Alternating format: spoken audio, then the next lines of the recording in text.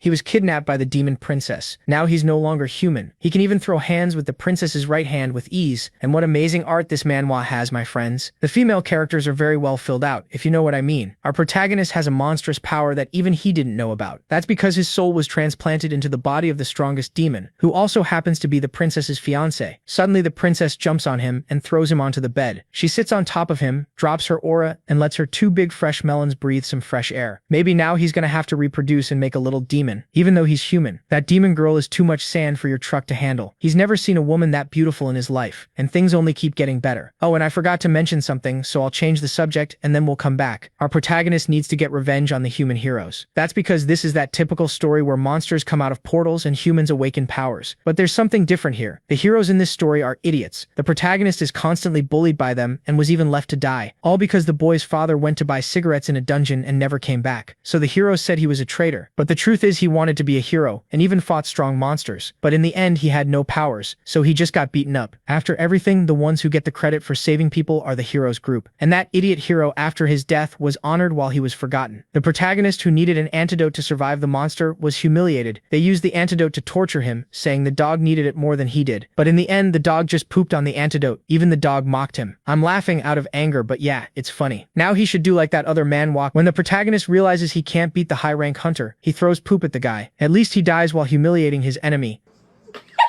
In this case, the protagonist was left on the ground alone, just him and the dog's poop. Suddenly a demon girl showed up. He even tried to attack her but was easily stopped. Then she grabbed him and took him to another world. He was literally kidnapped by a hot demon girl. We don't get that kind of luck. There she explains that demons only respect power. She was marrying the previous owner of that body to have protection since she's a princess. But suddenly the owner of the body appeared with his mouth full of ants, and that's why she placed the protagonist's soul into his body. That moment when she got on top of him and let the melons breathe was because there were spies watching everything. She couldn't let them think her husband was dead, otherwise she'd be next on the list. But we have to make the most of this situation. The woman stares at the boy and says that in the end he'd been abandoned by humans anyway. The woman next to her says the guy was just some random soldier, and since there weren't any other survivors around, the princess had no choice but to pick him. The guy starts feeling a pain in his chest. Then the princess asks if he's going to cooperate or if he plans to die again. That question makes the boy furious. The horned girl holds out a tablet that's live streaming the ceremony for the heroes. Captain Konda Yu receives a first-class medal for his performance in the battle. That's a huge honor and everyone celebrates the captain's success. A woman with her son walks up and the kid runs toward the man, thanking him for saving him. The little boy wants Konda Yu to teach him how to fight too, because he wants to become a hero in the future. Sakuma Retsu and Riku Darren say the boy is still way too young for that, and should leave the battles to the adults. The kid gets mad and says he's not just a little kid, and he wants to fight too because he's strong. The captain picks the boy up smiling and starts an encouraging speech. Konda Yu explains his role as a hero and says he's there to protect the whole population as the last line of defense. To him, failing in front of the enemy, fearing death, or abandoning people who can't fight is basically the same as committing murder. That's why he doesn't plan to forgive traitors.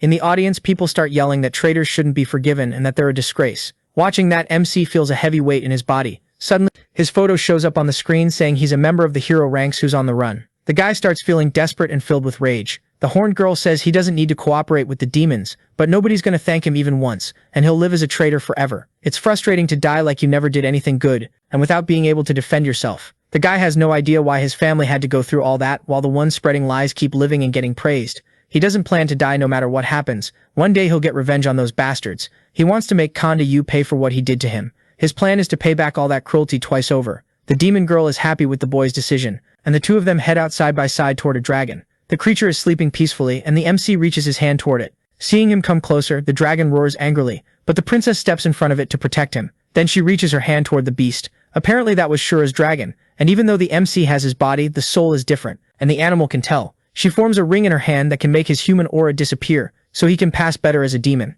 Her subordinate comes up with a stack of papers saying that's Shura's history, and the guy has to learn everything before going to the demon palace. The stack of papers is heavy, and the MC is pissed off about that obligation. He wants to know how many days they think it'll take him to memorize all that. The princess says that if he doesn't want to memorize it, he doesn't have to, but if he slips up even once, she'll kill him herself. The guy stays quiet, not knowing how to react to that. The wings of the flying monster spread open, and the group takes off. Flying around from up high, the MC sees a citadel full of demons enjoying life. All this time, the guy thought demons and monsters in general were savage beings who didn't know how to live in a society. The princess says that place isn't that different from the world the MC came from, so he'll get used to it fast.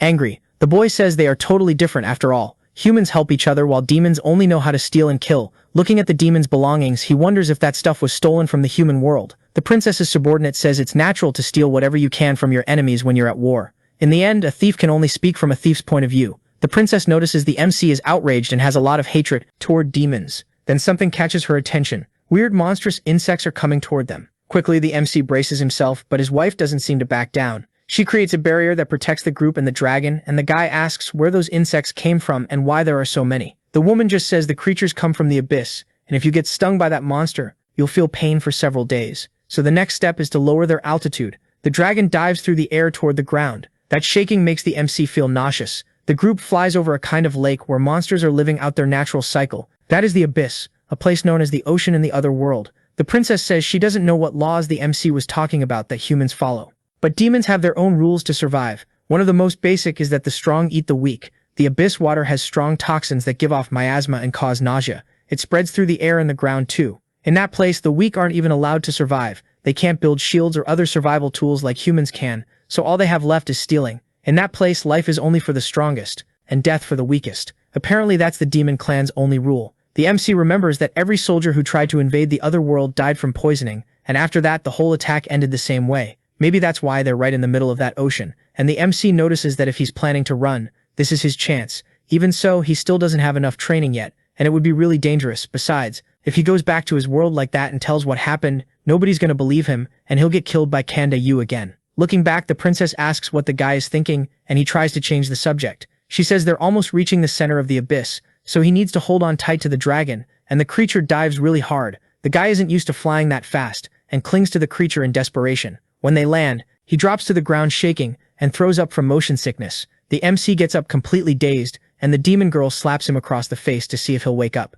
Even so, it ends up being way too hard, and the guy goes flying away. When he lifts his face, he's in the demon clan's palace. The dragons lie down to rest. Apparently other demon generals are there. The princess's subordinate notices they're really strong, and were probably the ones who sent those little eyes to spy on them. The demon girl asks if the MC studied the documents he was given, and he gets a little nervous. The ponytail woman realizes the guy is useless, and yells at him. Then she points her knife at him, saying that if he messes up even once, she'll kill him first to protect her princess. Trying to defend himself, the MC says he's an ally, and they need to trust him instead of always thinking about killing him. The demon princess comes closer and says in a sweet voice that he still needs to be careful either way. Trying to act cool, the guy says they might be misinformed, but he was known as the brains in the army. Since he didn't have any special ability, his job was to analyze enemies as fast as possible to find their weakness. Spotting a monster's weaknesses is like a little game to him. In the process, he memorized a bunch of info about the demon clan, so they can feel safe with him around. Suddenly the gates open and a bunch of eyes turn toward them. There are a lot of demons in that hall staring at the MC. The princess stops at his side and says they should go in. The trio enters that place. Everyone makes comments about Shura, calling him the god of death, and they figure if they kill him, they can have the princess. All of a sudden, a blonde guy rushes toward the MC, and the demon girl's subordinate steps in front of him to try to protect him, but she gets thrown away, and the guy keeps coming. The princess hits him, defending the guy. She uses her abilities to keep the worst from happening, and the blonde demon gets knocked back. Then the princess asks what Marin is trying to do. The guy with the six-pack says he's not doing anything, and asks if the princess is okay. A pink-haired demon girl named Mam says it's a surprise to see her, and apparently the little princess has been pretty busy. Another demon with a goth teen face named Mary says there were rumors that Shura had gone missing, but apparently she already found him. Mary points out it's a really important day for Shura to suddenly disappear, and asks what's going on. Mammy makes fun of the princess and says if it were her, she would have destroyed the guy and turned him into little pieces. Marin asks if Shura ditched his wife to go after some tramp. The demon princess watches all that in silence, thinking that the info about Shura's disappearance had already been spread, and if the killer demon was there,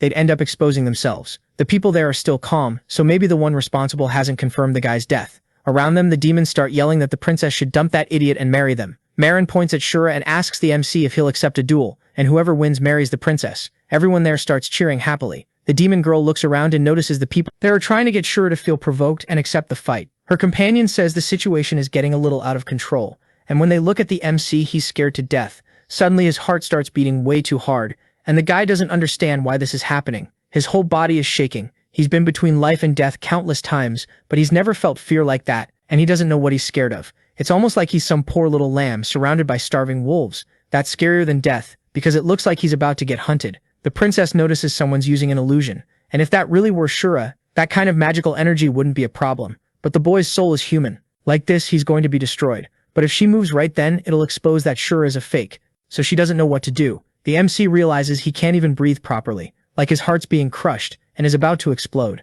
The blonde guy walks up to him and tells him to say something. When the MC doesn't say anything, he gets mad. Marin yells that Shura is underestimating him, and gets ready to attack. Then his wife kicks him in the back, knocking him to the floor. When the MC hits the ground hard, everyone stares, shocked, not understanding what's going on. She tells Shura that a man who can't pull himself together isn't worthy of her, so he needs to act or the engagement is off. The MC gets up, noticing he can breathe and move again. The blonde guy is outraged and says Shura is a coward who can't even defend himself from his own wife. Straightening up, the MC says something, mocking the blonde guy, who gets pissed off. He stands up and asks how Marin dares talk bad about his wife, and attacks the demon. The women there just watch the fight between a coward and a weirdo. Mommy is grateful she isn't a man right now. The emo demon watches as the god of death is being properly terrifying. Marin drops to the ground, writhing in pain, and the crowd thinks it's impressive. Getting up, the blonde guy says he's going to finish him. Then someone announces the Demon King is arriving. A portal opens in the ceiling of the hall, and everyone waits. The demons present, say their names, and kneel in reverence to the king. Everyone behind them is kneeling too.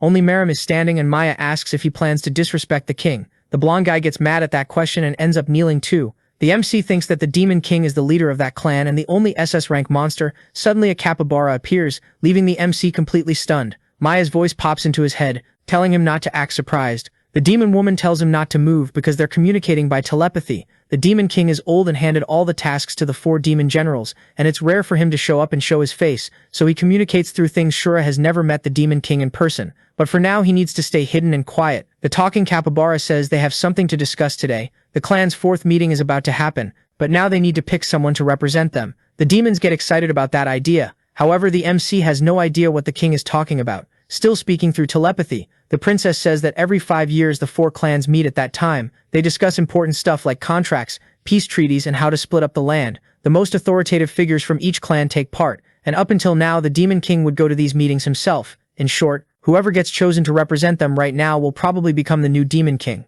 Marin stands up all full of himself, and says that among the 4 generals he has the most subordinates and the greatest power, so he's the best choice. Even though the blonde guy really is the strongest, he's arrogant and doesn't care about anyone else. Marin says that's embarrassing, and it's not about muscles, it's about using your brain, something Marin can't do. Even though Marin is weaker, he's got excellent logical reasoning, which makes him extremely smart. Maya's subordinate says the most noble one among them is her, so she should go to the meeting. Even though she's the Demon King's daughter, women have low status in the clan, so she's at a disadvantage in the succession. The blonde guy scoffs and says maybe she should learn something from the men, and women don't have a place there. A purple snake appears heading straight for him and starts wrapping around him to attack. Marin strikes back. Mamie strokes the snake, her ally, and says if he keeps underestimating women, they'll end up killing him. She's someone who knows how to use femininity to her advantage. Cruel by nature, she charms all the men there. Marin asks if Mamie feels like fighting, and the woman says no, since he looks a little hurt, so she doesn't want to push him and ruin his masculinity. The blonde guy gets outraged, and Emu says it doesn't matter if it's a man or a woman for the demon clan.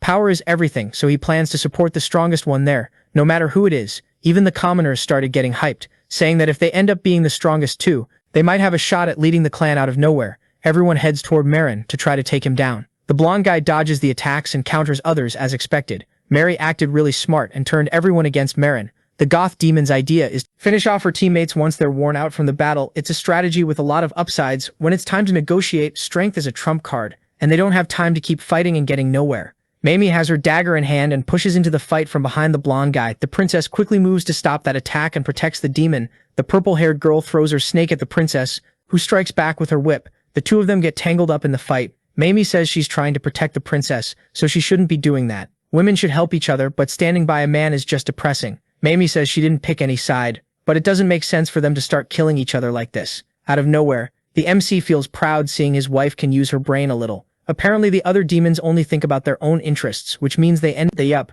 not listening to reason. The blonde demon is ready to attack and flies up over the princess. The MC yells for her to watch out, and the girl looks up in time. She manages to dodge that attack, and Mamie goes flying away from the impact. The princess also gets thrown back and her subordinate catches her. Mamie says Marin went too far and ended up touching Mamie's snake with his fingers stroking the creature's head. The pink-haired horned girl says she won't forgive the blonde guy if anything happens to her baby, being an annoying sexist. The guy says she's just some little woman who likes blaming other people holding his huge sword. That's clearly compensating for something. He says nobody there is anything special, and if they want to die they can just come at him to have managed to face so many creatures at once. Marin definitely has a lot of combat power. The ones who still haven't gone after him start getting scared of the fight. That makes the blonde demon proud, and he asks if the Demon King is seeing that nobody has any objections to him taking the role. The capybara asks if that's true. Everyone goes quiet, so it's decided that Marin will attend the RIZZES conference representing them. Suddenly someone raises a hand asking them to wait. It's the MC, deciding to step forward. Marin gets offended that Shura wants to argue.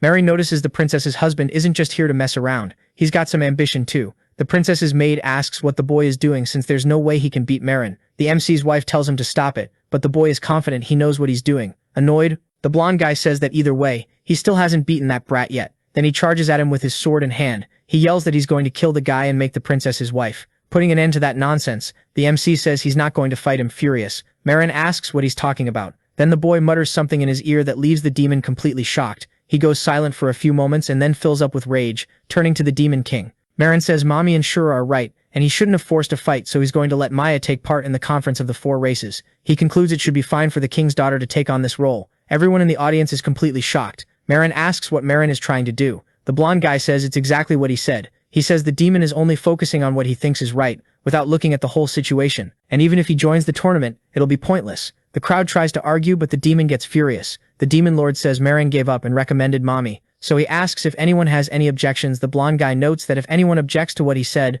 they'll be considered his enemy. So everyone stays quiet. Marin starts by saying that if that's Marin's decision, then he has no objections. Everyone agrees. The capybara says that if that's the general decision, then Maya will participate as the demon tribe's representative at the next race's meeting to wrap things up. The king tells Maya not to ruin everyone's expectations and to stand up for the demon tribe's interests. The princess bows to her father and agrees outside. The MC watches Marin leave on top of his dragon. Pissed off at the kid, the princess's maid walks up to the boy and asks what he did earlier. The MC says he didn't do anything special, but the woman argues it's not that easy to change Marin's mind. She wants the kid to tell her what he did. The MC gets embarrassed by the whole situation. Then he explains that he didn't do anything special. Apparently he just threatened to tell everyone that the guy sells Beast Tribe pups for experiments. That leaves the princess and her subordinate shocked because they didn't know he did that. Apparently when he was in the military, he had access to a lot of classified information. Apparently in the files he accessed, there was information about Marin, not just that he sells pups but that he pins the blame on the human military as a result. There's an ongoing war between the beasts and the humans, which causes huge damage. The princess's maid asks if he can memorize that whole pile of information, because he was trained beforehand, mocking them. The MC says that in the end he's not as useless as they thought. Maya agrees, saying that for once he was useful for something, getting way too full of himself. The MC says that's just a tiny bit of what he can do. The princess stays quiet for a moment and says she's looking forward to seeing more. Mari walks up saying that's what you'd expect from Shura, being able to persuade Marin that easily, which impresses him. The MC says that in the end, that blonde guy is an asshole, and it was Mari who made everyone fight the guy, while he just stood there watching the silver-haired demon. Walks up laughing and says there's something weird about the kid's aura that day. The MC starts getting nervous but asks what he's talking about. Mari says he felt the kid's fear, which is something humans usually feel that makes the princess and her attendant worried. Even the MC drops his tough guy act and gets scared, moving closer. The demon asks why a human feeling is in the demon tribe, and says that's really weird. The princess's maid steps in front of the MC and says that was really rude of Mari. The demon says they don't need to worry too much. He just thought maybe his apata was malfunctioning. The princess says Shura has killed countless humans, so it's not weird that his clothes smell like them. Mari ends up agreeing and says that apparently the princess not only found a great husband, but also a great ally. Then he gives a little chuckle and leaves. The maid asks what he meant by that, and Maya says Mari is great at mental manipulation, mainly because he likes the fear prey feels. At the moment of death, it was probably him who put the magic on the MC earlier, and he seems to be suspicious of the kid who doesn't know what to do. The feeling of being overwhelmed by fear is terrible, and it feels like all his bones are about to snap. Then the MC notes that it was great the princess was by his side in that situation, but he knows that won't always be possible. Maya comments that Mari is going to try to target him now, and Mari will too. Both of them will be against him and she won't be able to stay by his side all the time, so the kid needs to get strong, so that everyone believes he's the real Shura. His servant tries to convince the princess that he's too weak and can't even face normal demons, let alone Marin or Mari. That comment offends the MC, and he gets pissed at being called a weakling. The princess comments that the kid's soul is human, but his body is the demon Shura's, so that could be useful for him later. They're standing in front of a huge gate. The MC asks what place that is. The woman explains it's Shura's place. It's where he keeps the souvenirs and items he gets from dead enemies. The princess opens the gate and they walk into that massive place. It's packed with weapons everywhere. That's what you'd expect from the King of Death. And the MC wonders how many were killed by Shura's hand. He recognizes weapons and gear from the tribes, as well as human military weapons. Apparently he even keeps a winged tribe claw as a trophy, which is seriously messed up. The princess explains that not everything is about Shura's strength. There are other things she points and says that's the weapon he usually uses in front of them. There's a sword surrounded by a red aura, that's Shura's sword, called Deva Roof. The MC says it doesn't look like anything special, but the subordinate explains that when Deva Roof was brought into that world, an unprecedented war fell over the Demon Kingdom. Marin, Mary, and Mommy fought and were seriously injured. Even the Demon King couldn't hold back Deva Roof in the end. The conflict only stopped when Shura stepped in. Countless demons died without even managing to touch that sword, and the MC is shocked. A weapon can be that insane, but the princess says Deva Roof isn't just a weapon. The powerful demon who wields it has their life mixed in and their strength absorbed by the sword, becoming their master's blood and flesh in the end. The more you kill, the stronger you get. Even if you don't have any magic power, if you use that sword to absorb demonic power,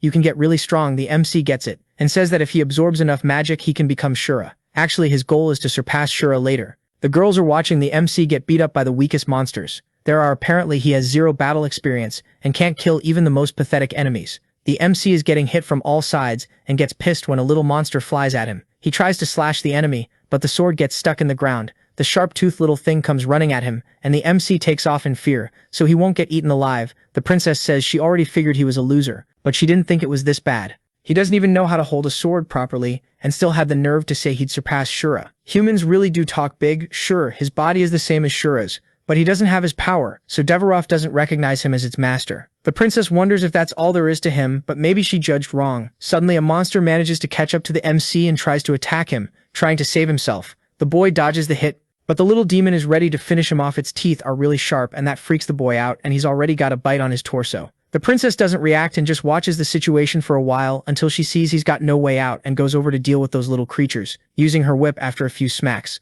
The little monsters get scared of her, and the MC is safe and sound. The princess says they should take a break. Even so, the MC is determined to keep going. He says he was just a little careless before, but he'll handle it next time. The princess says it's fine, but she looks dissatisfied. She says if anyone sees those bite marks from low-rank monsters on Shura's body, that's going to be a big problem. Only then does the MC notice he's got a tiny cut. He complains that the sword is too heavy and it's hard to move while holding it. He wants to know if there's a way to make it lighter, and gives the weapon a slap. The princess says the Devarov sword only recognizes those who have the potential to be strong as its masters. If it thinks he's worthless, it won't make things any easier at all. Hearing that makes the MC remember all the times he was associated with someone who wasn't worth anything, and it makes him feel awful. Then he gets mad that even the sword thinks that, and asks if the princess also thinks he has no value at all. She's startled by the question and says he must be tired for today, so he should go rest if he can't use Devarov. He doesn't need to worry because she'll protect him. The MC yells at her not to mock him because he doesn't plan on being protected by a woman. Then he runs straight toward the monsters.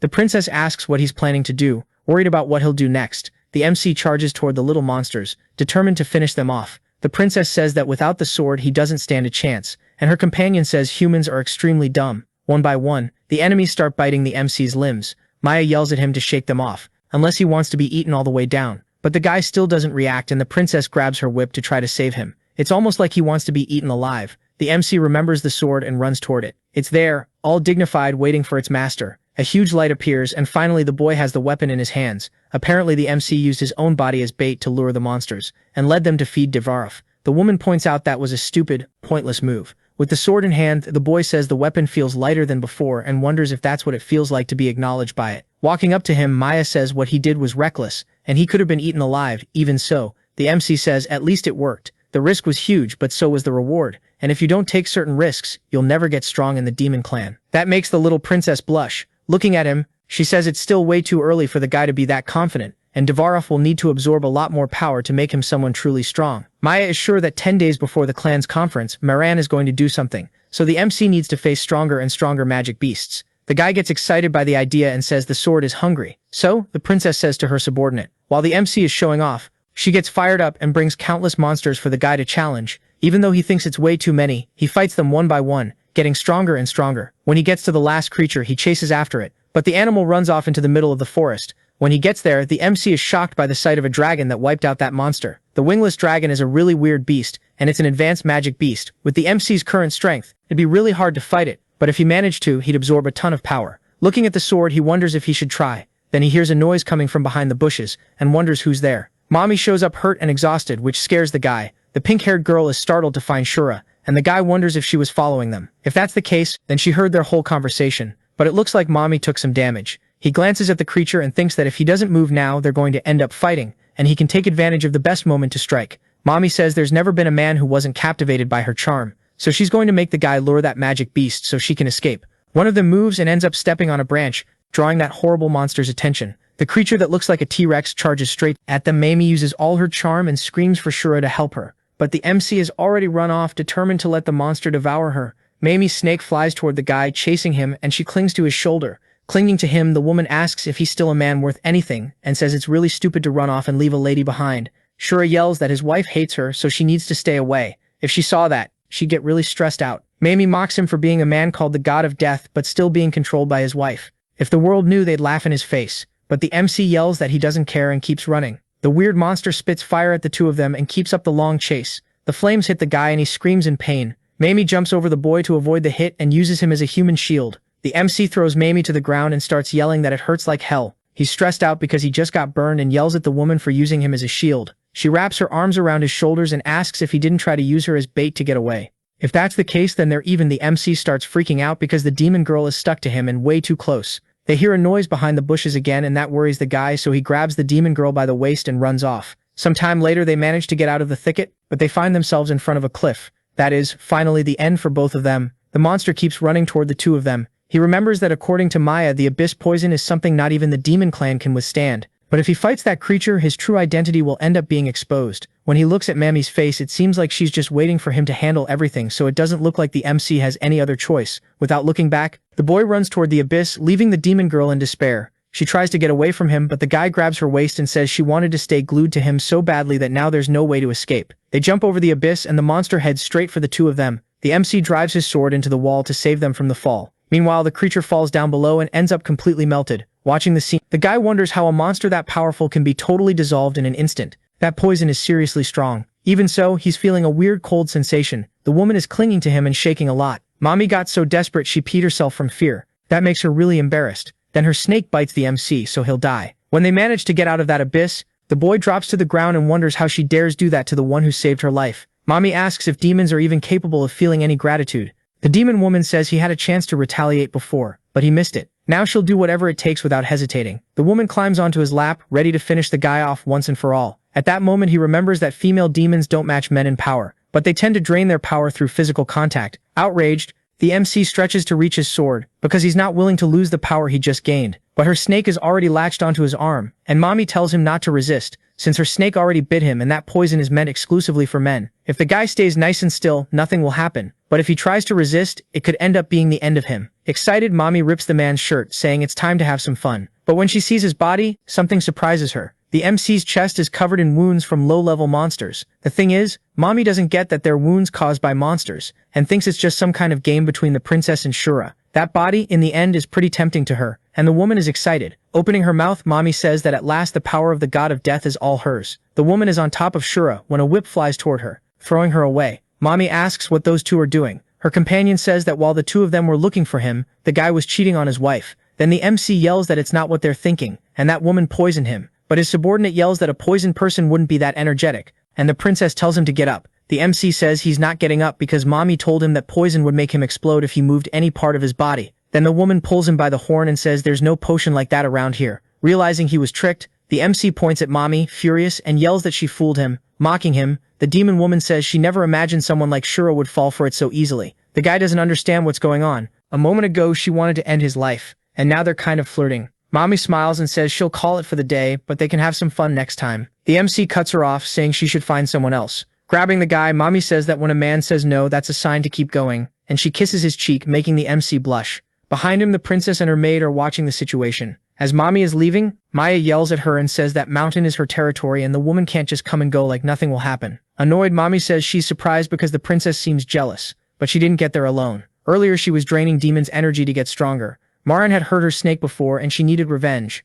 While walking through the forest, she ended up finding Marin's dragon. Mommy ended up overhearing the conversation between Marin and Mari. Pissed off because Shura wasn't supposed to be in the demon realm, but he was there. The eyes Mari sent were completely wiped out, and the two of them were probably noticed. That left Mommy totally confused about what was going on. Annoyed, the blonde demon asked Mari what he was going to do and if he was really going to let that woman do whatever she wanted. The guy with the cropped hair says Marin is way too anxious and there's still a long time before the clan's meeting. If everything goes well, he'll be able to take out an enemy at that opportunity, and Marin asks what he's talking about. Mari stops by his ear to tell him what he's planning to do. When all of a sudden, Mommy gets attacked from behind by a creature. The two demons hear the noise in the bushes. Mari fires her power toward the forest, asking who's there. It hits Mommy, who realizes she can't win a 2-on-1 fight, so in that situation she decides to run away. The two demons go over to the bush and find a little monster, thinking that creature was the one that made the noise. Back in the present, Mommy tells Maya that Maran isn't the kind of man to let that slide, and they need to be careful. The princess asks why she's telling her that. Then Mommy says it's just because she thinks her husband is really cute.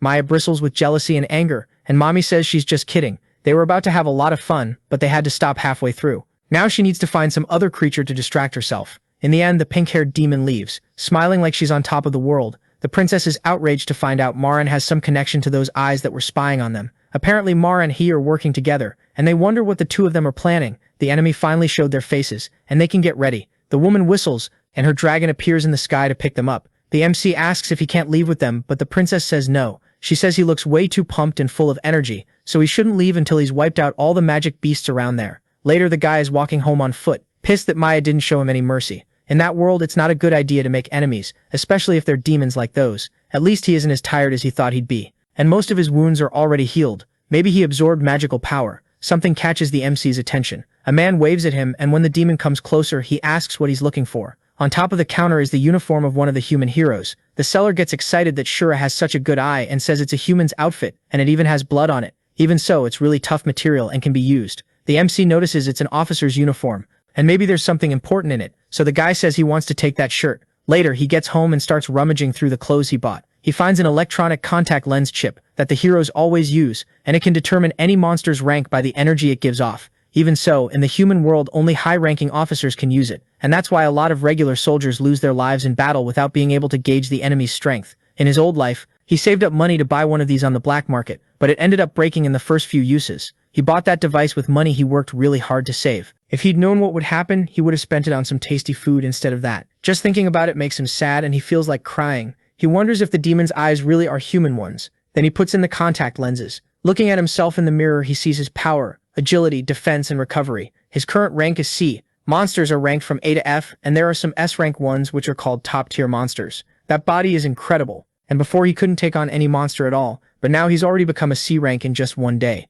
Varuf's sword must need a master of the same rank. In other words, the strength he gains increases as he wipes out other beasts, and the stronger he gets, the stronger the enemies he'll have to face. If he ends up face-to-face with creatures like the Tyrannosaurus Rex that chased him that day, physical attacks won't be enough, and he'll need real demonic power. Among monsters, demons' fighting style is the closest to humans with supernatural abilities. The offensive attributes are lightning, fire, and ice. Meanwhile, creation attributes involve earth, stone, and stuff like that. There's also the special mental attribute, but he doesn't know what kind of demon Shura is. That's when he remembers the power that mysteriously appeared inside him, when he fought back against the princess's maid's attacks to save his own life. That was probably magical power, but to recreate it, he needs to feel again what he felt in that moment. The MC sits down and starts meditating, trying to focus, but he ends up falling asleep. In his dream, he sees himself at the hero's awards ceremony. The captain says it's a memorable day, and after a long battle, they finally defeated the monsters and brought peace. All of this is thanks to a certain individual who fearlessly infiltrated the enemy camp during a brutal time and managed to make the enemy completely collapse. This hero of all humanity is the MC, who's cheered by everyone there, calling him a hero. The guy walks up to the commander, who says that he and his father are humanity's pride. So in their honor, the military decided to award him a medal. Bowing, the guy says he's truly honored. In the crowd, a little kid says he wants to fight and be strong like the MC when he grows up, but his mom pats his head saying they don't need to defeat monsters anymore thanks to the hero, and from then on, fear is over. Walking up to the child, the boy says the war is over, but humanity will always need strong people, and he'll teach him the essence of battle, so the child can become a man his mother will be proud of. Suddenly, a woman in the crowd calls the MC by name. She comes up and tells Ren that she always believed he'd be able to do it. The MC thanks the doctor, saying it was all thanks to her treatment, and if it weren't for her, he would have died. The girl next to her says Shiraishi Shio only saved him because she likes him, which makes Ren blush. The doctor gets indignant and is dying of embarrassment, but her friends keep saying how in love she is with the guy. In the end, the MC likes her too, and takes a sip of his drink. Suddenly, in the dream, he starts drinking too much until his belly swells up. His belt snaps and the MC tries to say he can't drink anymore. Even so, everyone keeps offering him drinks and saying he needs to act like a man. Even the girls say that if he doesn't drink, he'll never get the doctor for himself. Even so, the MC can't drink anymore. His stomach feels like it's going to explode. All of a sudden, the dream turns into a nightmare, and Kenda Yu comes up saying he's not a real hero, but a traitor. That makes the MC completely furious. Shura has a nightmare and screams at his old comrades that he's not a traitor, but nobody seems to believe him. After all, he's a demon spy when he realizes it. The MC is in the form of the demon, Shura, The soldiers shout to go capture him and lock him up. The child he tried to save in the city earlier yells to his mother that he's not a hero but a villain. All the local soldiers comment that the MC is actually a fraud. People back away from Shura, and even Nurse Shura Hishi gets scared. Even though the guy tries to explain what's going on, Kenda Yu doesn't seem to care, and yells that he's a monster. Then he lands a brutal strike to his chest, trying to kill him. Our hero wakes up startled after that nightmare, and he's alone in the room. He's probably exhausted after everything that happened and ended up falling asleep without even noticing. Even so, he'll wish the part where Shirishi comes up to him and gives him a chance was real. Suddenly, the boy realizes he urgently needs to go to the bathroom because he hasn't peed since the day before. In the bathroom, he ends up getting distracted because he's still really sleepy. Things seem pretty confusing for the guy when he notices he has 2 hoses available and gets shocked. Meanwhile, Princess Maya's servant walks the halls with the builder, and they talk about water treatment so they can use it without depending on humans. If everything works out, the princess, who's obsessed with cleanliness, will finally be able to bathe every day. Suddenly, they hear a scream and see Shura coming running down the hallway. Naked, he runs right past the 2 of them, wondering how things ended up like that, and a lot of smoke rises up. The builder wonders what's going on with Lord Shura. The princess's servant replies that the girl has to deal with some headaches because as a man, Shura isn't very useful. Suddenly the girl notices she saw something strange in that place. Meanwhile, Maya watches the water cleaning system the humans were able to create and notices they're incredible creatures. If that works well, they'll be able to make good trades with the other beings at the conference of the 4 clans. She turns on the machinery and water starts coming out of the shower. The princess is really happy to be able to take a nice hot shower running through the halls. Shura is wondering what's going on and thinks he's never seen anything like that happen behind him. Is Maya's maids chasing after the guy and telling him to wait? Suddenly the man opens a bathroom door and hears the sound of water dripping. As soon as he steps inside, he's shocked by what he sees. Maya is in front of the guy with her back to him, and her skin is gleaming. The girl freaks out when she sees Shura there, and the man doesn't know how to react. He turns red and can't control his own body anymore. The princess's maid shows up right behind him, saying that guy has zero common sense, but at that moment the MC is already in a super awkward situation in front of the demon girl. The 2 women get furious with Shura and attack him at the same time. The man goes flying through the roof trying to argue that that wasn't his intention. After that, he sits the 2 girls down and tries to explain that for him it's a huge surprise to have so many hoses available. Then Shura asks where that mutation came from and says he has no control over it at all. But Maya says it's not a mutation, actually he's fused with Mommy's snake. That leaves the MC even more confused. Then Maya explains that snakes have 2 parts, and to gain more experience during training, Mommy merges her body with those snakes to connect, and that's basically what happened. Maya's maid points out that that's a really ridiculous and vulgar way to level up and get stronger from the princess's point of view. She was already pretty unhappy with the previous Shura, so that freakish thing just makes everything worse at that moment.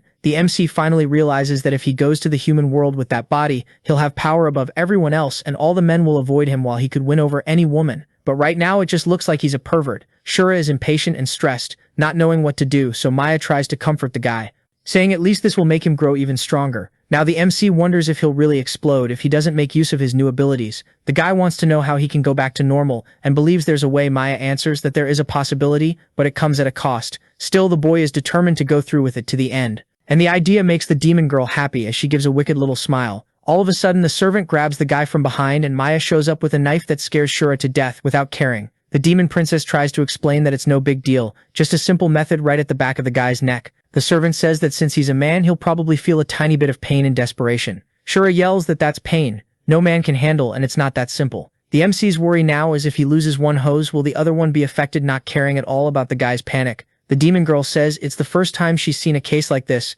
so there are no guarantees. The princess's servant leans on the MC's head and tells the girl to do it because everything's under control. Shura starts freaking out more and more. He starts begging and humiliating himself, until Maya says that maybe there's someone who can help him. The boy is let go onto the floor and feels relieved because he thinks he's been saved. Outraged, he tells Maya that if there was another solution she should have told him before, almost killing him. Apparently they're going to take the guy to the alchemist Catherine. She has a direct bond with Mommy and has already worked out several experiments together, so she should have a solution. Scared, Shura asks if all demon women are this eccentric, but he thinks having no other option is even worse, so he asks where this Catherine is, and Maya answers that she's far away from the central capital, so they need to tweak the plan. The princess tells her servant to be ready that night because they're leaving for the conference of the 4 clans. The next day morning comes, and a caravan sets out carrying the demons. Several soldiers are escorting the wagons pulled by griffins. The blonde guy Marin watches from afar with his binoculars and tells Mari that the group really did leave pretty early. The demon says Mommy wouldn't reveal such important information to everyone. Even he doesn't know much about it. The question is, where did that information come from?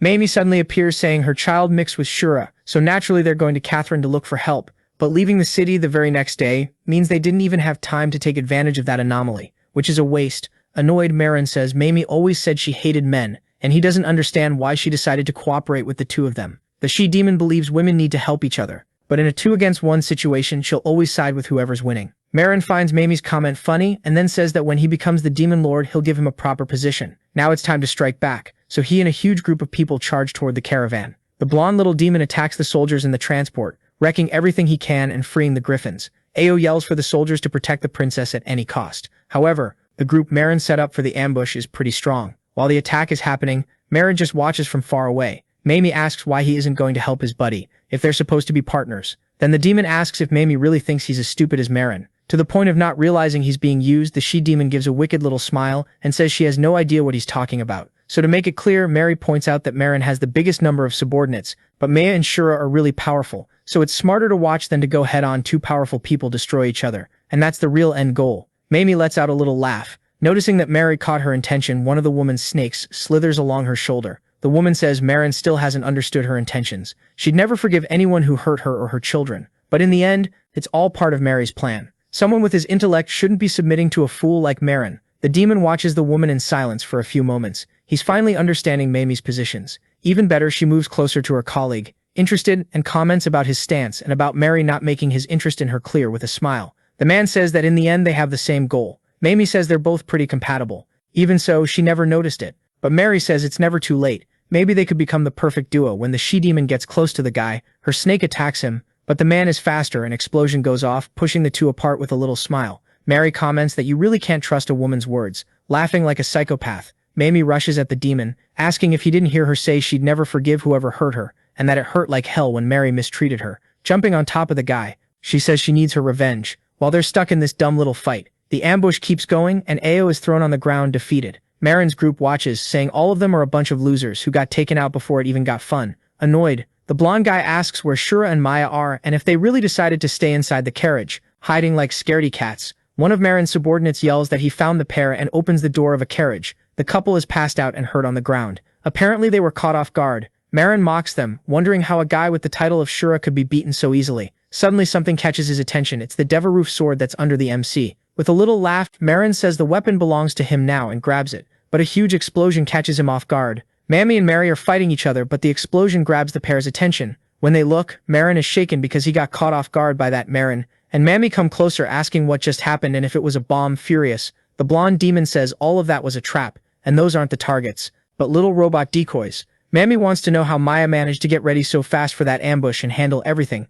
Annoyed, Mamie says that even two powerful men teaming up to solve a problem are still completely useless. Then she leaves, saying she shouldn't even have tried to help them, and that it was a wasted opportunity. Far from there, up on the dragon, Shura, Maya, and Ao's group travel and watch the explosion just like the princess predicted. Apparently Mamie was connected to Marin and the others traveling through the sky. They managed to escape, but Maya notes that Mamie never does anything without a reason, and even having her snake fuse with Shura wasn't some random choice. That's why she figured Mamie wanted them to get out of there earlier and set up an ambush. Considering Mamie isn't that strong on her own, it makes sense she'd look for allies, and Marin was probably the easiest to manipulate. Even so, Maya looks at Shura, shocked that it's possible to make bombs with ingredients as simple as rocks and wood. In the end, our hero actually ended up being useful for something with his chemistry knowledge and managed to build some pretty effective bombs. Excited, he says that with the right ingredients, it's possible to build whatever weapon you want. Ao says that small bombs are nothing more than mosquito bites to the demon clan, so they'll lower their guard, but it won't solve the problem, and the MC replies that's exactly why strategy is more important than weapons at that moment. Thanks to Mamie's and Otis Damaran's overconfidence, they managed to get out of that situation without having to fight. Making the enemy surrender without fighting is the best strategy possible. The princess Maya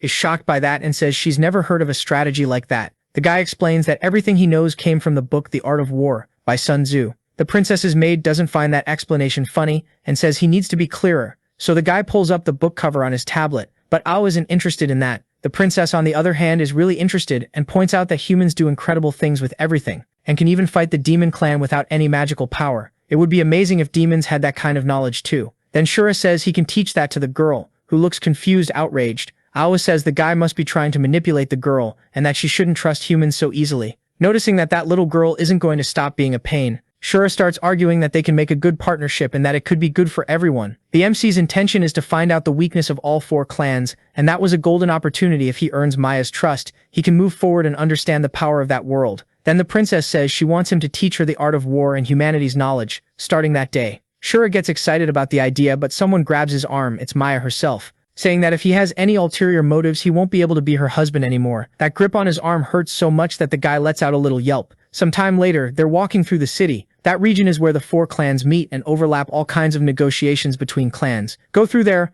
and because of that, the place has some pretty complicated rules. That situation impresses the MC because it's the first time he's seen monsters that aren't demons. Like that, a centaur shows up in the middle of the city, drawing attention. She's being harassed by a member of the Harpy clan and defended by a colleague who's also a centaur, a member of the Beast clan. Even so, the Harpy doesn't seem bothered and says that Beast clan does everything with brute force and that he can give the girl a better experience. The fight keeps escalating and the clans attack each other in the street. They just keep attacking and can't settle it. While they're there fighting, Shura, the princess, and her servant watch everything. The MC asks if nobody's going to break up the fight, and Ao asks if he heard what the princess said in that place. Race doesn't matter. Nobody interferes and nobody protects you. That's why Katarine chose that place, and it's the perfect location for her. Shura gets confused and asks if Katarine was really that terrible. Maya says terrible isn't a strong enough word to describe her, but he'll soon find out what she's like. That makes the MC a little nervous. The group stops in front of Katarine's clinic and opens the doors. The situation makes the guy really nervous, when suddenly a little robot heads toward him. The robot introduces itself as Toto, a medical assistant. The MC's confusion is obvious, and the princess explains that Katarine is very familiar with human technology, so she stole that little robot. The maid explains why they're there, and the AI in robot form guides them inside the place. They stop in front of a door, and the robot says its mistress is working, so they should wait there. Some books catch Shura's attention. They're copies about anatomy, pharmacology, and biology. Besides that, she has statues of living beings, acupuncture diagrams, and various anatomical models, getting closer to an anatomical model of a demon. The MC notices it's really well made, and that in the end, demons aren't that different from humans. Turning to the side, he looks through a glass window at Katarine, mixing potions, pointing at the scientist. Shura tells Maya that she doesn't look as scary as they told him. The little robot says his mistress doesn't like being bothered while she's working, so the group needs to be quiet. If he doesn't shut up, he'll end up like the anatomical model in the room. Right then, Shura asks if that model is actually alive, and the robot says it got in Katarine's way while she was working, and ended up like that. Right next to it is that creature's skin. Noticing the MC is now in shock, Maya mocks him, asking if what she said about Katarine was really an exaggeration. Suddenly a wall breaks next to them. Centaurs fall into the place injured, and harpies are right behind them.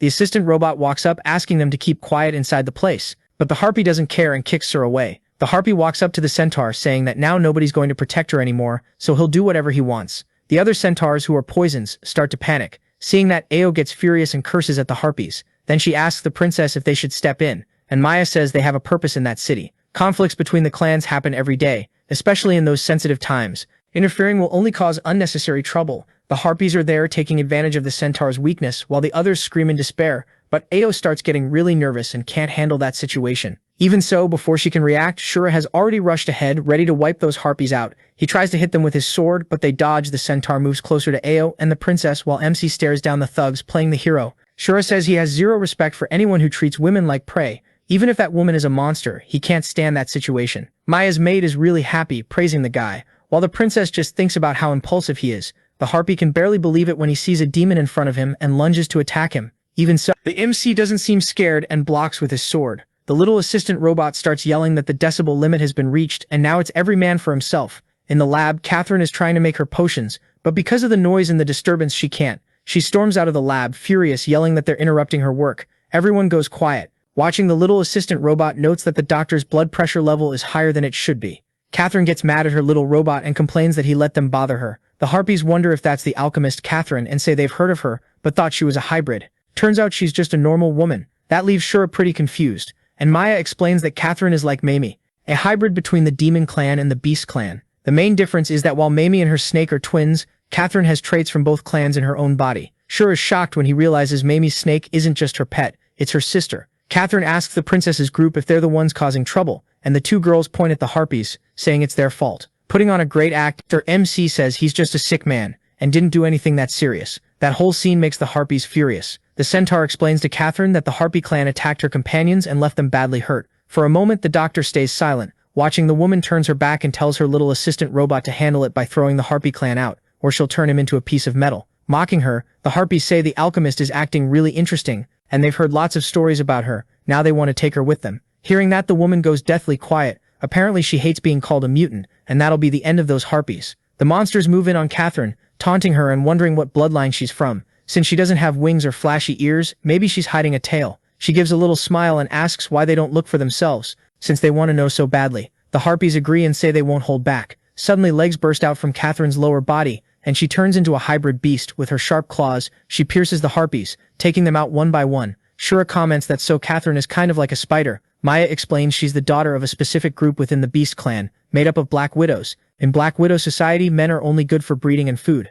Apparently Catherine's dad got eaten after her mom gave birth. That's why the demon clan basically shakes just from hearing her name. The woman goes back to her normal form and the harpies drop to the ground. Wrecked Catherine tells her robot assistant to clean up the whole place, and he gets to work. Using creepy tools, he cuts the harpies open and takes out all their organs, putting them in jars. In the end, only the bones are left. The centaur asks the alchemist for help, saying his friend is already at his limit. When Catherine looks over, she tells them to follow her. Passing by Shura and Maya, she says they have to come with her too. But by then the MC is really on edge and says he's not that interested anymore in fixing the problem with his extra hoses.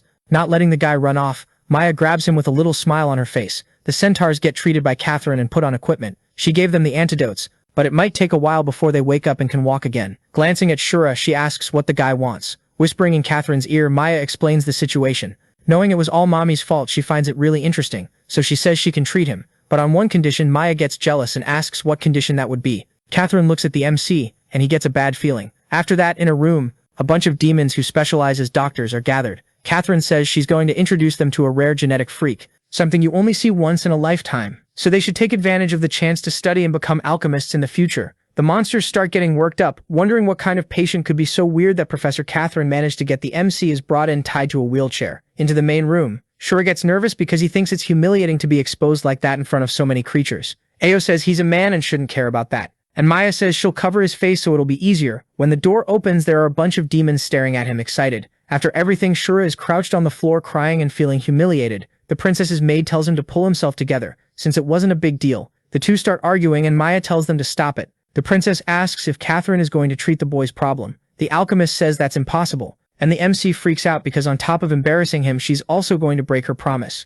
The woman says that to fix the problem she needs a special potion, and there's only one vial of it. But during the mess earlier, that vial ended up breaking, so it's not like she doesn't want to cure him, she just can't. Finishing her point, she says that to make it up to him, she can turn him into a human model and he'll be remembered throughout history. Her robot assistant is already ready to dissect the guy. Shura is outraged at the woman's nerve, and she says he can contribute to medicine and should feel proud. Maya asks what kind of potion is needed and says they can go after it. Making fun of the girl, Catherine asks if even the demon princess would go that far for a man. Maya doesn't bite at the provocation and insists on knowing where to get the potion. So the alchemist says it comes from a mima flower. She snaps her fingers and her robot servant starts drawing something on paper. The mima flower isn't just rare, it's really hard to grow. As far as she knows, there are only a few on a specific mountain, but even with that info, it's useless. The conference of the 4 clans is happening soon, so those flowers are heavily guarded on Beast Mountain, and if someone from another race sneaks in, it'll be a huge problem. Looking at Shura, Catherine asks if they're really going to take that risk. The boy takes the paper with the flower drawing from the princess's hand,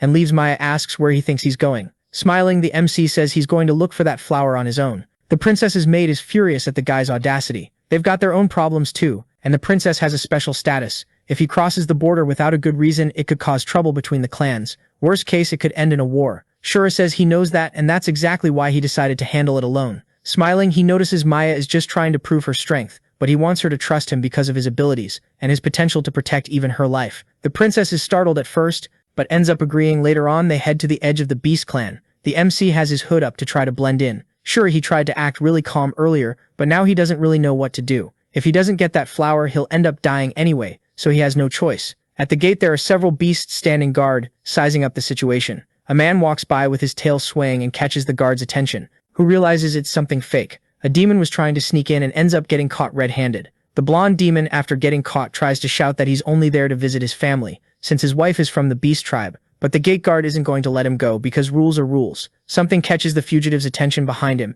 and a giant creature smacks him. A single blow is enough to take the fugitive down. Using his equipment, Shura checks how strong that creature is and notices they're both rank B. Just as you'd expect from the #1 monsters in combat, the MC decides to try to get out of there before he's noticed, but the guard calls out to him. The wolf shows up right behind him, asking where he thought he was going. Making up an excuse, Shura says he suddenly really needs to use the bathroom. The wolf sniffs him and asks why the kid smells like demons. Making up even more excuses, the MC says earlier he got invited to drink with a demon girl and might have picked up her scent. The guard tells him to take off his hood, and when he sees the MC is nervous, he asks if the guy has something to hide. Now the two members of the beast tribe are standing right in front of him. Things have gotten out of control, and it looks like there's no way to run. Shura gets ready to draw his sword as a creature comes over to remove his hood. Suddenly someone tells them to wait. It's the group of centaurs he helped earlier. Coming up, the woman walks up to the guard who asks why the girl is there. She says she came because of supplies and brought plenty of booze as a gift. That makes the beasts really happy. One of the guards thanks the centaur for remembering them when she must be so busy with the duty of gathering supplies for the clan conference. Then he tells the other staff to help carry the supplies she brought into the city. But the centaur says it's fine and gives the MC a little kick, telling him to work properly. Seeing that, the guard asks if Matira knows Shura. She explains that since this time there were a lot of supplies to haul, she hired some extra help. But that guy ditched the job halfway and went home early. She regrets hiring him. The guard says that must be why Shura was hiding, all scared. Then he shoves the kid and tells him to get to work. The MC pushes the cart into the city, and Matira gives him a smile. Now the MC is helping Matira haul her cart through the city, and has finally made it inside the beast's territory. She says goodbye to the kid, saying that's as far as she can take him, because she still has duties to take care of, and Shura thanks her for looking out for him. He wonders why she decided to lie so much to help him, considering he's a total stranger. With a smile, Matira says he's not a stranger to her. He's the one who helped her at the demon clinic. Looking at the centaur, he asks if she doesn't have any doubts about what he came to do there. Since he's a demon, the woman says he's not a bad person, and the Beast Clan monster's intuition never fails. That comment makes the MC really shy. Now our hero starts noticing things about that new world, and that even monsters seem to have a sense of what's good and what's bad. Everything they'd learned so far about those creatures was that they were ruthless and didn't care about humans, but they seem to learn skills to grow, and they even have a sense of morality. If you look closely, even the medicine and technology are advanced there. The question is whether the monsters evolved, or if humans just never understood them. Shura cuts off his own thoughts, deciding it won't get him anywhere, and he needs to find the Mima flower. Matira says there's a reason she helped the kid. Beast creatures never leave a debt unpaid, so now if they meet on the battlefield they'll be enemies. Smiling, the MC agrees and says the debt is finally paid. The two of them head off. Another creature comes up to Matira after Shura has already left and asks if she really thinks it's safe to let a demon in there. The centaur says he was with the demon princess Maya at the clinic. She doesn't know what his goal is, but traveling with the demon princess is no small thing. Matira tells her subordinate to follow the boy and bring her information about whatever he finds out. A little girl walks right past Matira in silence, head down. That really catches the centaur's attention, but when she turns around there's nobody there anymore. Sometime later, Shura keeps walking through the city, while being quietly followed by a beast. Eventually the kid loses sight of him. Shura is well hidden and manages to shake the tail off.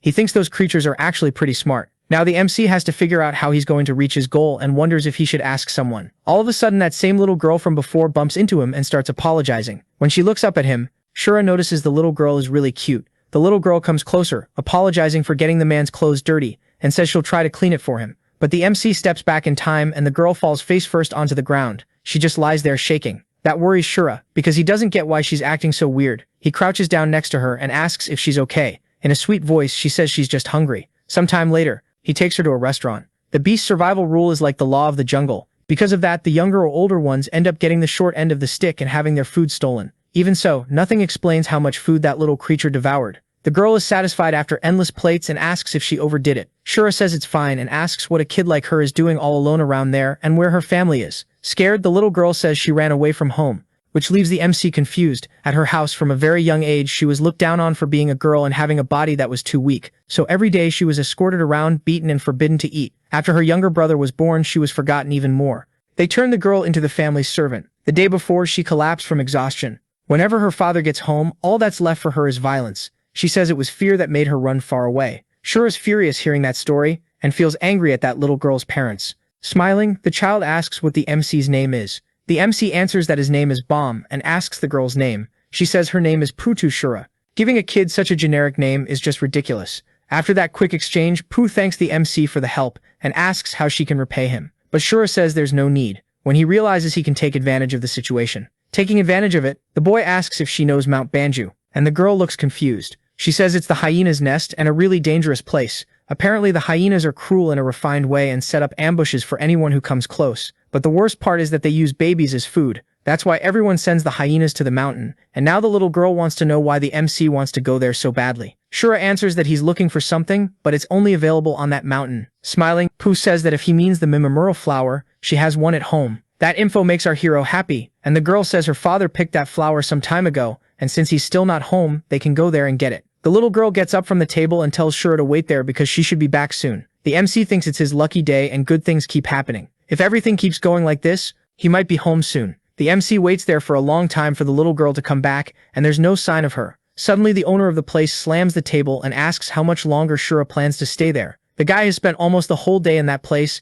and hasn't ordered anything else. The owner is really mad at the MC because it looks like the kid is messing with him. But Shura says he's just waiting for his friend to come back. Outraged, the giant pig says he's taking up space in his place without giving him any kind of profit, and the MC solves it by saying he'll pay for the seat. However, when Shura puts his hand in his pocket, he realizes he doesn't have any money at all. The owner of the place notices what's going on, and out of nowhere the guy's in deep trouble. Getting up from his chair, the MC says they're wrong and that's not how things work. Truth is, if they get into a fight right there, they'll find out he's a demon. So he needs to get out of there fast. Slamming the table hard, the cook says the kid doesn't seem afraid of death, so they manage to catch Shura, who's shaking, tense on the floor. All of a sudden he sees a book where the main character is named Pooh. All of a sudden things start making a lot more sense to him. He remembers that the moment the child bumped into him, she stole his coin pouch. That means the kid got played out on the street. The little girl is happy with her little bag of money. She totally fooled Shura with her sad story. To make up for not having money, the MC does chores at the place, like carrying plates of food and washing dishes. By accident, Shura trips with a bucket of water in his hand, and all that filthy stuff spills all over the pig, who gets furious. That huge pig starts treating Shura like crap, leaving him frustrated. Now the MC's wish is to turn him into a steak, even though he really wants to jump into a fight. He remembers what Maya said about not fighting the beast creatures. All he can do is put up with it. Giving in, the MC backs off, saying he'll keep working somewhere else in the city.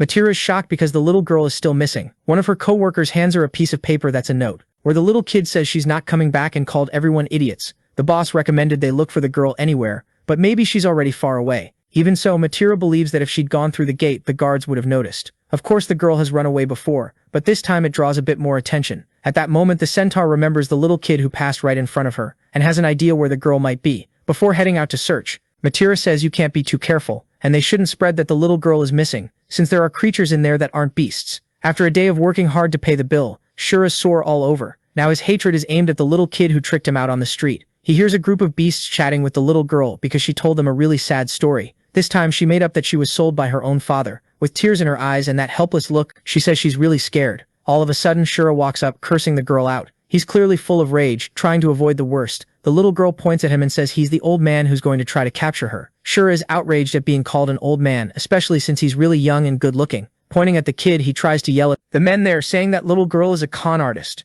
One of the men says that for a little girl like that, Shura can definitely look like an old man still. He doesn't let it get to him, and says he wants his money back. But when he gets close to the girl, one of the creatures grabs his arm. Two of the guys there start trying to attack the MC, while the third takes the little girl by the hand and leads her away from there. Before leaving, the girl still mocks Shura. The wolf drags the girl through the streets and she's grateful he helped her against the guy from before. All of a sudden, something starts bothering the girl. When the man gets concerned, she says she hasn't eaten in a while. And while the man is distracted, she tries to steal his money pouch from his pocket. But the beast grabs her wrist and says she might have managed to fool the idiot earlier, but she's not going to do the same to him. The girl tries to play dumb to get out of that situation, but now the man doesn't even care anymore, and says she should go home with him. The little girl reacts by kicking him and jumping away from him. But now that beast has a furious look on his face. He takes the wolf mask off his face and reveals he's a hyena. When the girl realizes it, his buddies are right behind her and she's surrounded by 3 hyenas. Outraged, the girl says they should be on Banju Mountain and doesn't understand why they're there. One of the hyenas says that thanks to the girl's boss, the guards are out patrolling the edges, so they manage to sneak in.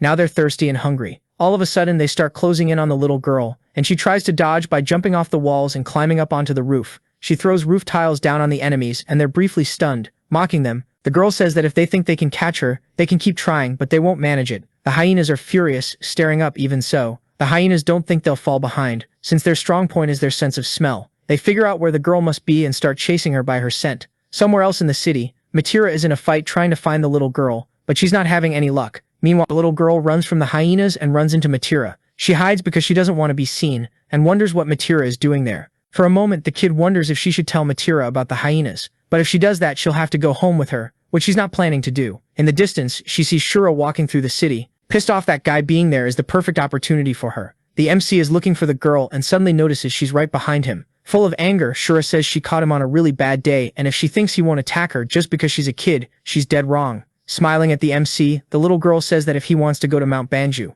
she can take him there. But there's a condition. The MC doesn't want to hear that offer and says he doesn't trust her anymore and just wants his money back. Looking at him, the kid says she knows he's a demon. That leaves the MC pretty confused. Grabbing his fake tail, he says she's wrong and he's a beast man. In one quick move, the little girl yanks the guy's tail right off. Then she threatens him, saying she can scream for help anytime and expose him. The MC takes his fake tail back and asks how she figured out what he was. The girl says that if he were really a beast man, he'd know the way to the mountain. But since he asked about it, it means he's not from around here. That means that right then, Shura has no choice but to listen to her. The MC walks through the city, hood up, keeping a low profile. Deep down, he can't believe he's being used like that by a kid. The girl hid under his cloak. After a while, they reach the entrance to the trail up Mount Banju. Without thinking twice, the MC starts heading up the mountain. But when he looks back, he realizes the girl is following him. Eventually, the MC gets fed up and yells at the girl to stop following him. Smiling, she says she's still got his money in her hands and asks if he's fine with that. Holding out his hand, Shura asks if she's going to give the money back, but the girl says no. Angry, the MC says she can consider that payment for guiding him to that place, but she'd better never show her face in front of him again, or he won't show any mercy. Then Shura keeps going, climbing the mountain, but the little girl keeps following him, wanting to know why the man is looking for that flower that isn't even that useful. Looking at how tall that mountain is,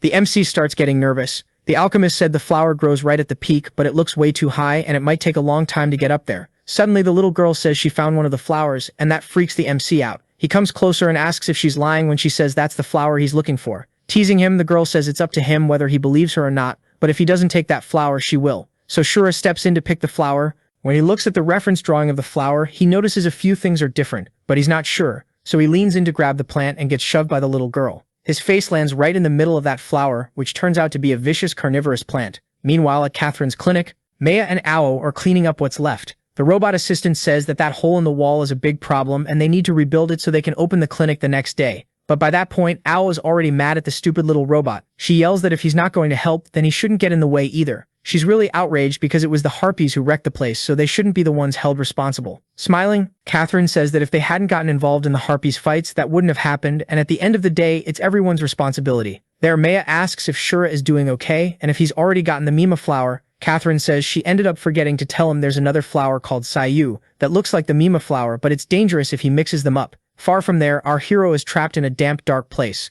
unable to move. Basically, he just got swallowed by a carnivorous plant. When he sticks his head out and looks at the outside world, the little girl is laughing her head off at him. Outraged, Shura tells the girl to get him out of there, but the girl says that once the Sayu flower catches its prey, it doesn't usually let go easily. Of course, that doesn't mean there isn't a way out. Angry, Shura tells the girl to hurry up and say how he can get rid of this, teasing the guy. The girl says he'll figure it out soon enough. The flower starts gripping him tighter and tighter, and the guy screams in despair. At Catherine's clinic, Maya asks what would happen if Shura accidentally picked the wrong flower, and the alchemist explains that even though the flowers look really similar, their effects are the opposite. While the Mima flower has detox properties and can neutralize Mami's potion, the Sayu flower is an aphrodisiac and feeds the hormones produced when there's male exposure. This second plant absorbs all of a person's energy. If he's been caught by one, he'll be completely drained by the end of the night. That leaves both women totally shocked. Maya doesn't understand why Catherine didn't mention something so important. The alchemist explains that she said the Mima flower grows at the top of the mountain, while the other flower grows much lower down,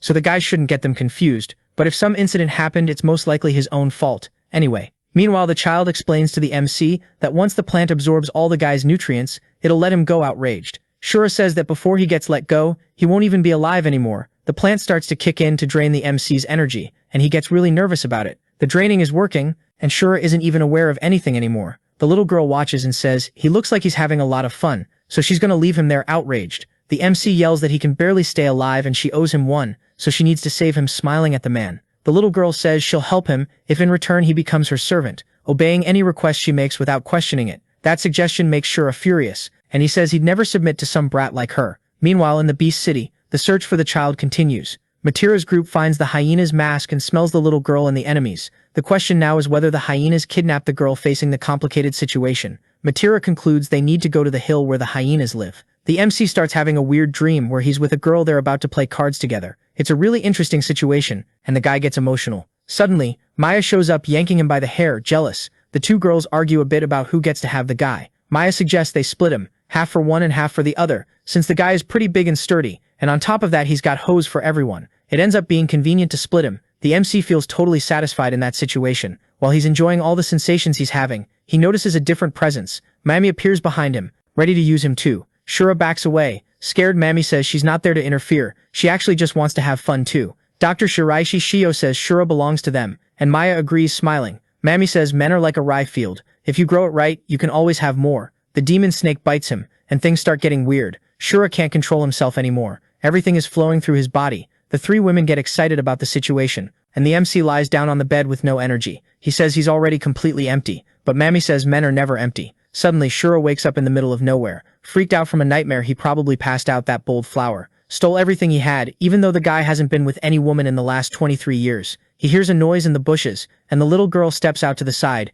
giggling outraged. The MC asks what she is. He says that if she was planning to steal something off a corpse, she picked the wrong guy because he's still alive. The girl gets offended and says she's not that cruel. Then she goes quiet, upset, and says she doesn't know where to go. Her dad and the others are at some meetup and probably didn't even notice. She left. Even if she goes back, she'll be alone, and she doesn't want to go back. Annoyed, Shura asks if the girl is making stuff up again and says that this time she's pretending she's some poor little girl her parents don't love. The girl says that's the truth. Her mom died giving birth to her. Her dad loves her a lot, but he ends up being away for a long time because of work. Sometimes she goes about a month without seeing him, and even when they're supposed to eat together, something always comes up. Watching other kids being taken care of by their parents makes her feel lonely, and she can't understand why it only happens to her. So she started reading novels and imagining what it'd be like to be the main character. That way she could have a little fun even when she was alone. Even so, all she wanted was to have her dad by her side, hugging the MC. She asks if that's really too much to ask. The guy asks her to back off because he's super sensitive. After getting drained by the plant, offended, the kid shoves Shura,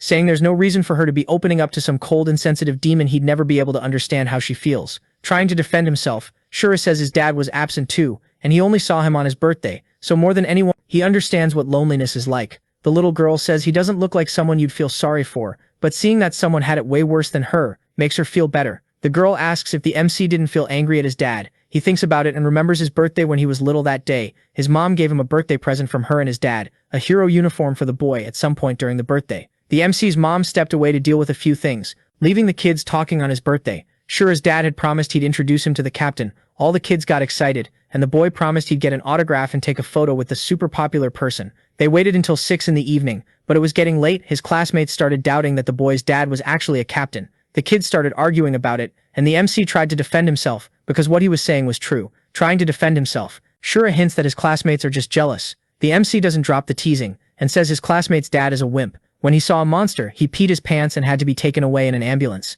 That means Shura's dad is a hero, while his classmate's dad is a coward. The fight kept getting worse, and the other kid yelled that at least his dad was around. Shura says his dad is a busy person, since he spends the whole day protecting humanity, still not believing the MC really has a present dad, let alone a military dad. The blonde kid says that soon the guy will make up another excuse, like saying his dad went off on some mission to explain why he's never home. Pointing at the other kid, Shura says his dad has never broken a promise, and the kid will regret doubting him, teasing him. The blonde kid says that if Shura is so confident, he should bet his new uniform. The MC agrees and says that if he wins, he'll want to fight the other kid. The MC's dad is heading home, nervous because it's his first time making a cake for his son. He stops at the front door, emotional about the whole thing. Then he puts the cake on the ground and hides next to the door to surprise his son. But then his phone ends up ringing and he has to step away at home. Shura's mom gets the call from her husband explaining what happened, and she's sad he can't show up there. She says if it's work, there's not much to do, and she'll wait for him with the kid. The MC is having a lot of fun with his little classmates when his mom calls his attention. She starts explaining the situation after that. The boy was completely shaken, even with his mom trying to explain that he didn't have a choice because it was a mission. Work stuff. Shura's mom hands him a cake his dad made as a present and says that when he comes back, they can all eat it together. But the kid gets stressed out, full of rage, and knocks the cake onto the floor, shouting with tears in his eyes. The kid says he only sees his dad on his birthday, and he makes promises he can't keep. Even his friends call him a liar because his dad is never around. The kid locks himself in his room crying and keeps cursing his dad, furious about what happened. Meanwhile, on TV, a news report starts playing about an attack caused by monsters that could only be contained, thanks to the heroes showing up. In that moment, the MC realizes his dad really was on an emergency, important mission. That night, the MC's little friends are walking back home. The blonde kid is wearing the hero outfit the boy got for his birthday and says that in the end, he really is a liar. The group agrees it's ridiculous to be friends with some random liar like the kid and decide they need to put an end to that. On the way, the kids run into a security guard telling people to take a different route because there's a monster attack and the heroes are handling it. Instantly, the kids get excited to see the heroes fighting in person. They try to ask the guard to help them watch the fight live, but the man can't do anything. Meanwhile, the blonde kid just runs past the security barrier. One day, he wants to join the heroes, and in that moment, he isn't afraid of the monsters. Suddenly, a giant hand grabs him. A terrifying creature has the child trapped. The guard yells into his radio that a child has been captured and they need backup. The soldiers try to shoot the monster, but it doesn't do any good. It just starts climbing up a huge building. The blonde kid is terrified of being carried up the building. The guard's bullets aren't enough and don't even tickle the monster. Again, he says on the radio that he needs support. A man runs past him and leaps into the air. Using his hero skills and powers, he manages to launch himself onto the enemy. In one quick move, he hits the monster in the back with his swords. Then he hits it over and over, slicing it into several pieces. When the child falls, he catches him in mid-air and lands softly with the kid in his arms. The little kids are really happy to see that hero in person and ask to take a photo. Only then does the man look at the uniform the blonde kid is wearing with his son's name on it. In the newspaper, there's a story saying a child was attacked by a monster, but Captain Hero Chisutomo Hazuda managed to complete the rescue. The kid runs out of the house, saying his dad is in danger and he needs to help. But before he can go out the front door, his dad shows up, crying. The MC says he said he hated his own dad, but it's not true and he loves him. The man tells the little boy he ran into his friends earlier and those kids have something to tell him. The MC's friends come in and apologize for doubting him. Then they ask to keep being his friends and give the uniform back. His dad looks at him and asks if the kid knows what he should do. In that moment, the MC says they can be friends forever. The hero stands up and says at least it's not midnight yet and they can eat the cake. The MC's mom comes over, saying the cake's been through a lot. It ended up turning into a total mushy mess. The MC's dad wonders how things ended up like that and thinks about how hard he worked on that cake. The little boy tries to run off before he gets noticed, but it's too late now. So the video ends here. If you don't want to miss the next part, activate the notification bell, and see you next time on Tob's channel.